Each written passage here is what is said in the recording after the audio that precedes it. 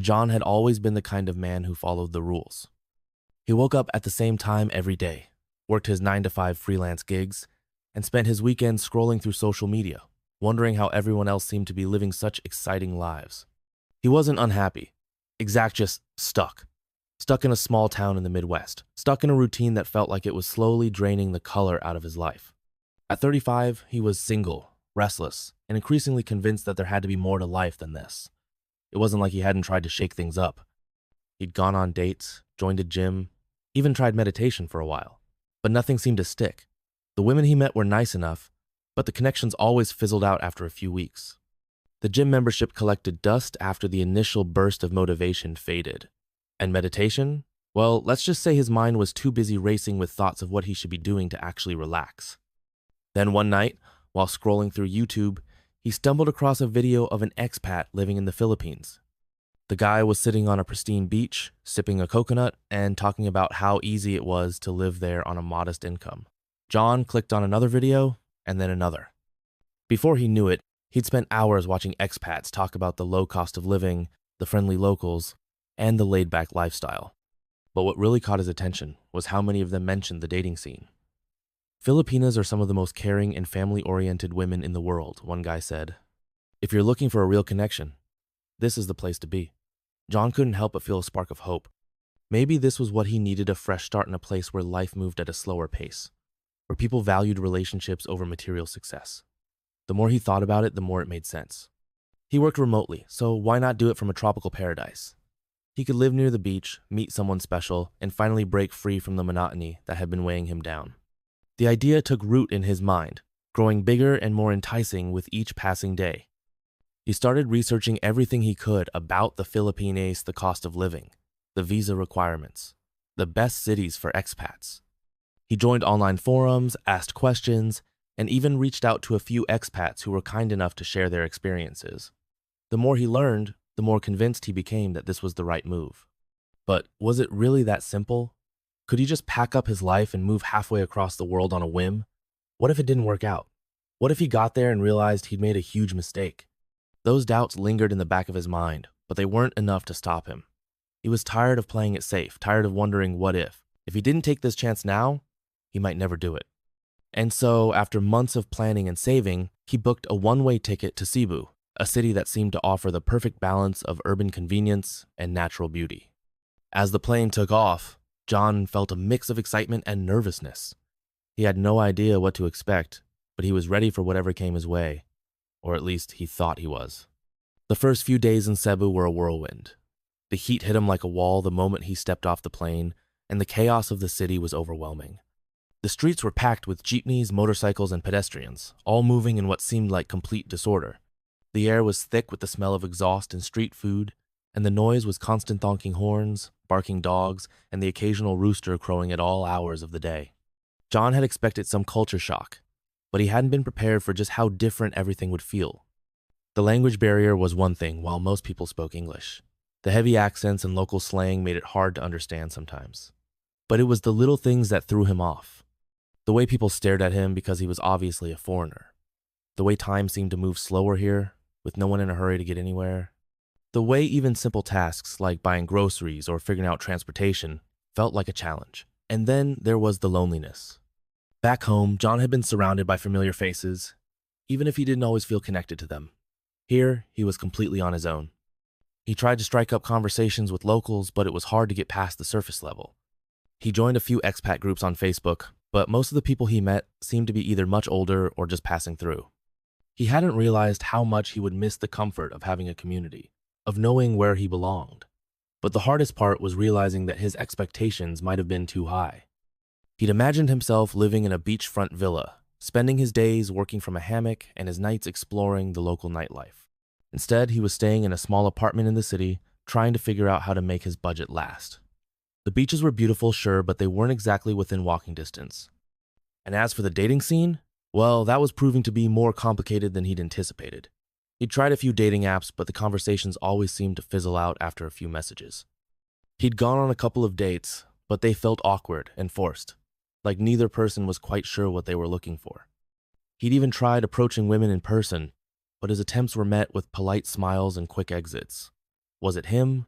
Was it them? Or was it just the reality of trying to navigate a completely different culture? John didn't have the answers, but he knew one thing for sure. This wasn't the paradise he'd been imagining. The question was, what was he going to do about it? The days turned into weeks, and John found himself settling into a routine that felt eerily similar to the one he'd left behind in the States. He woke up early, worked from his laptop, and spent his evenings scrolling through the same social media feeds that had once inspired him to make this move. The only difference was the backdrop. Instead of the familiar streets of his hometown, he now had a view of Cebu's bustling cityscape from his apartment window. But the routine wasn't comforting this time. It was suffocating. He had come here to escape the monotony, to find something more meaningful, and yet here he was, feeling just as stuck as before. The initial excitement of being in a new place had worn off, replaced by a growing sense of frustration and doubt. Was this really what he had uprooted his life for? The financial strain wasn't helping. While the cost of living was lower than in the US, John hadn't accounted for all the little expenses that added up: foreigner fees, visa runs, the occasional splurge on Western comforts that he couldn't resist.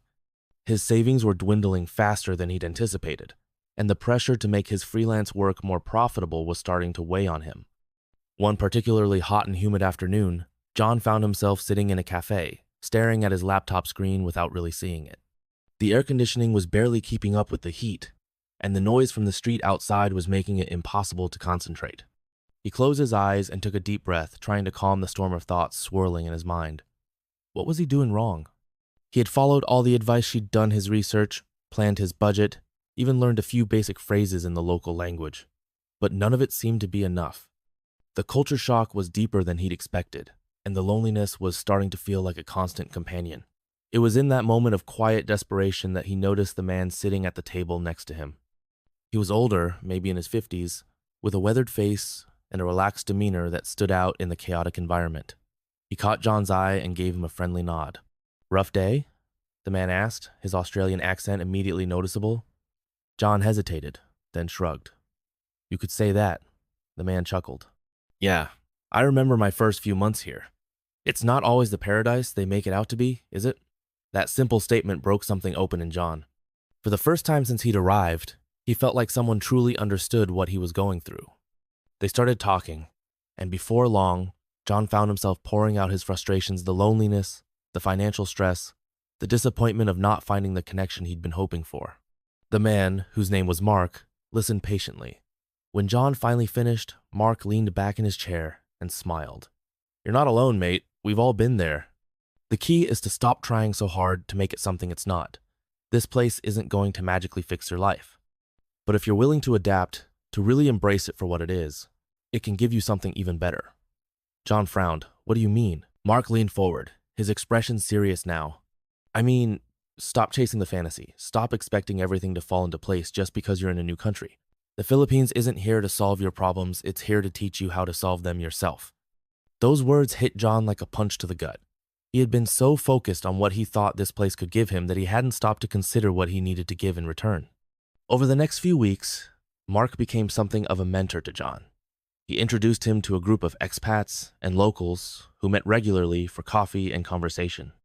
He showed him how to navigate the local markets, where to find the best deals, and how to avoid the common pitfalls that trap so many newcomers.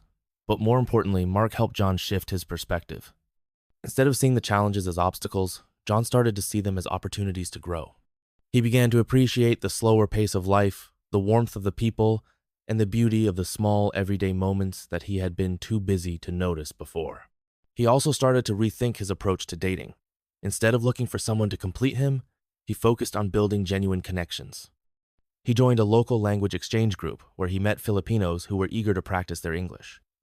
Through those conversations, he began to understand the culture on a deeper level, the importance of family, the value of hospitality, the subtle ways people showed care and respect.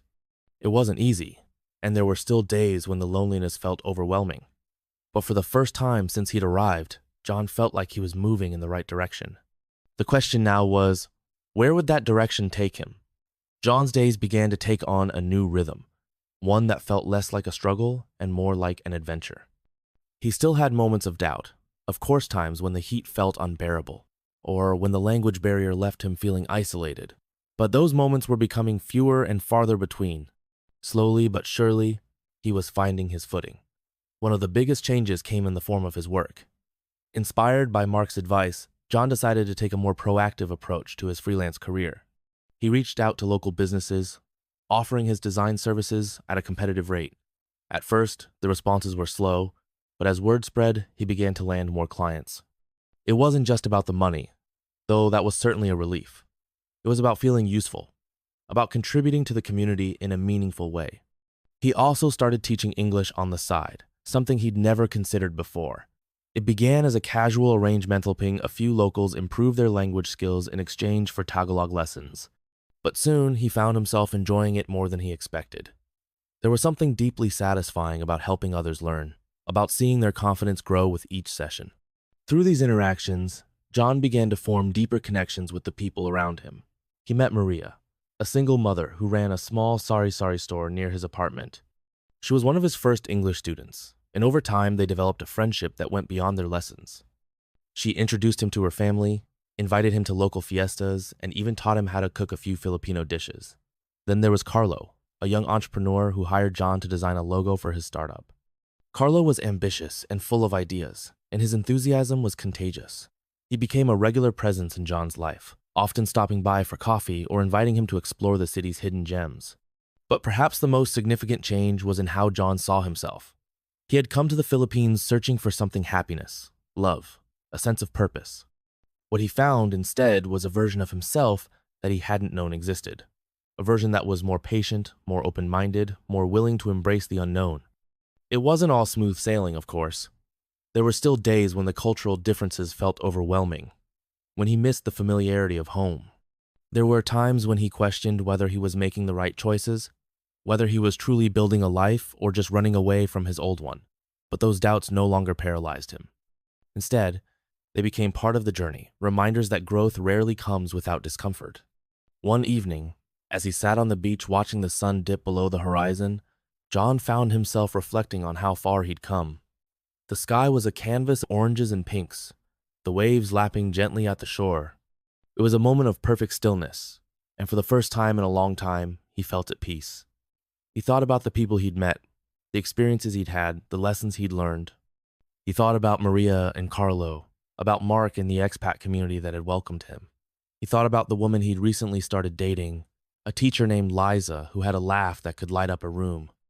It wasn't the life he'd imagined when he first arrived, but it was a life he was proud of, a life he had built, piece by piece, through trial and error, through moments of doubt and flashes of clarity. As the last light of the day faded, John made a silent promise to himself. He would stop chasing the fantasy of a perfect life and start embracing the messy, beautiful reality of the one he had. Because in the end, that was what it meant to truly live, not to find all the answers, but to keep asking the questions. John's relationship with Liza blossomed slowly, like a flower opening to the sun. It wasn't the whirlwind romance he'd secretly hoped for when he first arrived in the Philippines, but it was something deeper, more grounded. They met through a mutual friend at a local festival, and from the start, there was an ease between them that felt natural. She was kind, intelligent, and fiercely independent, qualities that drew John in more than he expected. Their dates were simple but meaningful. They explored Cebu's markets, sampled street food, and spent hours talking about everything from their childhoods to their dreams for the future. Liza had a way of making John see things differently, of challenging his assumptions without ever making him feel judged. She was his guide to the nuances of Filipino culture, explaining traditions and customs with a patience that he admired. But as their relationship grew, so did the challenges. Liza's family was a big part of her life, and John quickly realized that dating her meant dating her entire clan. Her parents were warm and welcoming, but they also had high expectations. They wanted to know John's intentions, his plans, his ability to provide. It was a level of scrutiny he wasn't used to, and it made him uncomfortable. "It's not just about us," Liza explained one evening as they sat on her porch, the sound of crickets filling the air. "In our culture, family comes first. If we're going to be serious, they need to know you're serious too." John nodded, but inside he felt a knot of anxiety tightening in his chest. He cared about Liza, but he wasn't sure he was ready for the level of commitment her family seemed to expect. Back home, relationships had always been more casual, more individualistic. This felt like a whole different ballgame. The financial pressure didn't help. While John's freelance work was steady, it wasn't enough to meet the traditional expectations of a provider. Liza never pressured him, but he could sense the unspoken questions from her family. Could he support her? Could he give her the life she deserved? Those questions gnawed at him, feeding into his insecurities. He had come to the Philippines to find a new life, but now he was starting to wonder if he was cut out for it. One night, after a particularly tense dinner with Liza's family, John found himself lying awake, staring at the ceiling. The weight of everything felt overwhelming: the cultural differences, the financial strain, the fear of not being enough. He thought about packing up and leaving, about going back to the familiar comforts of home where he wouldn't have to navigate these complicated dynamics. But then he thought about Liza, about the way her eyes lit up when she talked about her students, the way she laughed at his terrible attempts to speak Tagalog, the way she made him feel seen in a way no one else ever had. Was he really willing to walk away from that? The next morning, John made a decision. He would stop running from the challenges and start facing them head on. He reached out to Mark for advice, and together, they came up with a plan. John would take on more freelance projects, diversify his income streams, and start saving for the future. He would also make more of an effort to connect with Liza's family, to show them that he was serious about her and about building a life together. It wasn't easy. There were days when the pressure felt unbearable, when he questioned whether he was doing the right thing. But slowly, things began to change. Liza's family started to warm up to him, impressed by his efforts to learn their language and understand their culture. His financial situation improved, giving him a sense of stability he hadn't felt in a long time. And through it all, his relationship with Liza grew stronger. They learned to navigate their differences, to communicate openly and honestly about their fears and hopes. It wasn't perfect, but it was real. As John stood on the beach one evening, watching the waves roll in, he realized something important. Love wasn't about finding someone who fit perfectly into your life. It was about building a life together, brick by brick, even when the foundation felt shaky. He didn't have all the answers, and he knew there would be more challenges ahead. But for the first time in a long time, he felt ready to face them, because he wasn't alone anymore. The months turned into a year, and John found himself settling into a life that felt both foreign and familiar. He had built routines, formed friendships, and even started to feel at home in the rhythm of Cebu. But as much as he had adapted, there were still moments when the weight of his decision hit. Moments when he wondered if he had truly found what he was looking for, or if he was simply making the best of a situation he had created. Liza was a constant source of comfort and challenge. Their relationship had deepened, but it wasn't without its struggles. The cultural differences that had once seemed charming now sometimes felt like barriers. John struggled with the expectations placed on him as a partner, while Liza grappled with her own fears of losing her independence in a culture that often prioritized family over individuality. One evening, after a particularly heated discussion about their future, John found himself walking alone along the beach. The sand was cool beneath his feet, and the sound of the waves was soothing, but his mind was anything but calm. He replayed the conversation in his head, wondering where they had gone wrong. Liza had talked about marriage, about starting a family, about the life they could build together. John had hesitated, his old fears of commitment rising to the surface. He loved her, but the idea of such a permanent step terrified him. What if he wasn't ready? What if he couldn't give her what she needed? As he walked, he thought about the life he had left behind in the States. It had been safe, predictable, and in many ways unfulfilling. But it had also been his. Here, he was constantly navigating someone else's expectations, someone else's culture. Was he losing himself in the process? The question lingered in his mind as he returned to his apartment. He sat on the balcony, staring out at the city lights, and tried to make sense of his thoughts. The next morning, he decided to talk to Mark. Over coffee, he poured out his fears and doubts, his voice trembling with emotion. "I don't know if I'm cut out for this," John admitted. "I love Liza, but sometimes it feels like I'm trying to fit into a mold that wasn't made for me." Mark listened quietly, his expression thoughtful. When John finished, he leaned back in his chair and sighed. "You're not the first expat to feel this way," he said, "and you won't be the last. But here's the thing, you're not just building a life with Liza. You're building a life with yourself. And that means figuring out who you are and what you want, regardless of where you are or who you're with."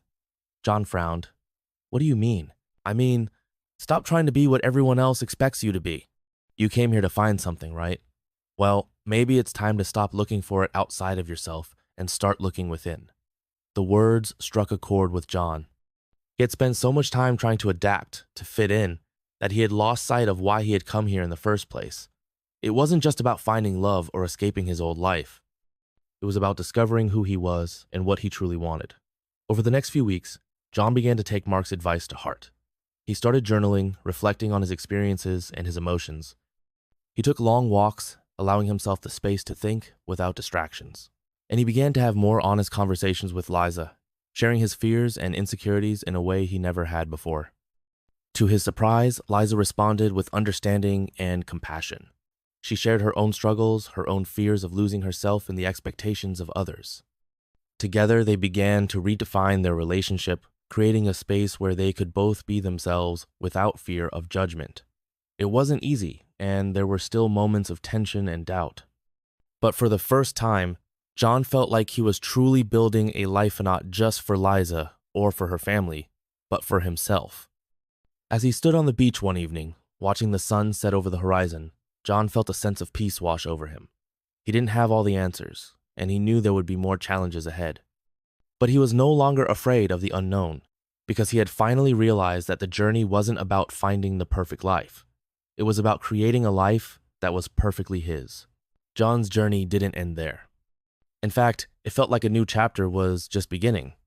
He continued to grow, both personally and professionally, finding ways to balance his own needs with the demands of his relationship and the culture around him. He and Liza began to plan for the future, not as a rigid set of expectations, but as a shared vision that they could build together. They talked about their dreams traveling, starting a family, maybe even opening a small business that combined their skills and passions. John also reconnected with his love for creativity.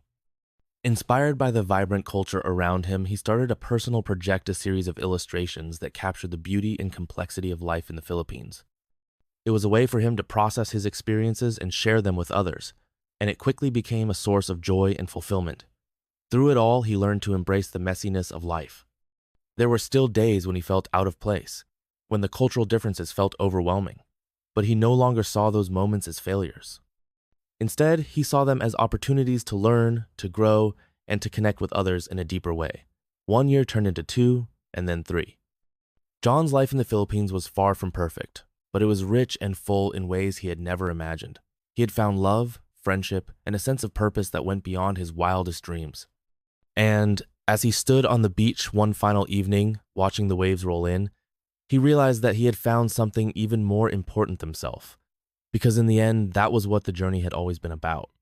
Not finding a place to belong, but creating a life that belonged to him.